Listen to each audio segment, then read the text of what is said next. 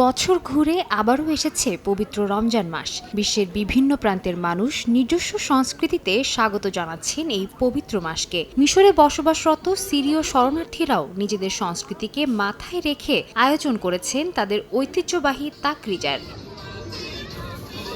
রমজানের আগে বনভোজনের মতো এই আয়োজনটি তাদের জন্য গুরুত্বপূর্ণ সামাজিক অনুষ্ঠান, যেখানে আত্মীয় স্বজন, বন্ধু বান্ধব, প্রতিবেশী সবাই একসঙ্গে সময় কাটানোর সুযোগ পায়। মিশরে বসবাসরত একজন সিরীয় বলেন, তাকরিজা দামেস্কের একটি প্রাচীন রীতি, যা শাবান মাসের শেষ সপ্তাহে রমজানের আগে অনুষ্ঠিত হয়। এ সময় অতীতের স্মৃতি মনে করে তিনি বলেন, বাসিন্দারা আগে উমাইয়া স্কোয়ার, আল রাবোয়া এবং দামেস্কের মতো জায়গাগুলিতে তাকরিজা পালন করতে যেত। তাকরিজার সবচেয়ে উপভোগ্য বিষয়টি হলো খাওয়া দাওয়ার বিশাল আয়োজন। পরিবার, বন্ধু বান্ধব, প্রতিবেশীর সঙ্গে মিলেমিশে ভাগাভাগি করে খাবার খাওয়া, আনন্দঘন মুহূর্ত পার করা। তবে মাতৃভূমিতে রমজান পালন করতে না পারায় অনেকে দুঃখ প্রকাশ করেন।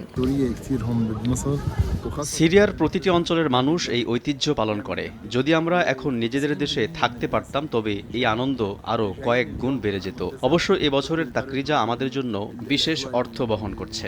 আমরা স্বৈরাচারের হাত থেকে রেহাই পেয়েছি।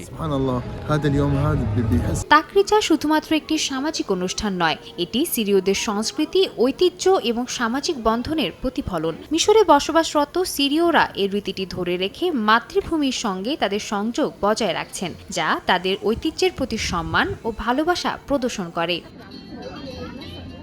সাদিয়া তাসনিম, সময় সংবাদ।